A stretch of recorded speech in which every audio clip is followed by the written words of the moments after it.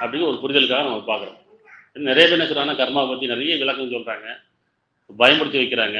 ஆன்மீகத்து பேரால் புரியாத மொழியிலையும் தெரியாத பாஷையிலையும் சொன்னால் நம்ம என்ன செய்யணும், பயங்கரம். நமக்கு அறிவெட்டாத ஒரு விஷயம், நமக்கு அறிவு கெட்டாத எதெல்லாம் சொல்கிறோமோ அவங்க நல்லா பேசலாம்னு நினச்சிட்டு இருக்கோம். எல்லாத்துக்கும் அறிவு கெட்டும். ஏன்னா எல்லாத்துக்கும் ஆன்மா கொடுக்கப்பட்டிருக்கு, நன்மை தீமை அறிவிக்கப்பட்டிருக்கு. அது நமக்கு சொல்ல தான் செய்யும். இப்போ கர்மானா என்ன? ஒவ்வொரு எண்ணமும் கர்மா தான். அதில் நன்மையும் இருக்குது, தீமையும் இருக்குது இல்லையா? அப்போ நம்ம எதை விதைக்கிறோமோ அதனை விளையும். அதுதான் கர்மா. எதை நீங்கள் விதைக்கிறீங்களோ அது விளையுன்றதான் கர்மா. நெல் வச்சா நெல் தான் விளையும், எள்ளு வச்சா எள்ளு தான் விளையும், மாறி விளையாது. நம்ம காட்டில் என்ன வைக்குமோ அதான் நம்ம விளைக்கும், அடுத்த காட்டில் வச்சா நமக்கு விளையாது. அப்படிதானே? அப்போ ஒருத்தர் சொல்லி ஒரு சுமக்க முடியாதுன்னு சொன்னால் என்னப்பா அது, உன் காட்டில் விளைச்சதில்லை என் காட்டில் விளையுதுன்னு யாராவது சொல்ல முடியுமா?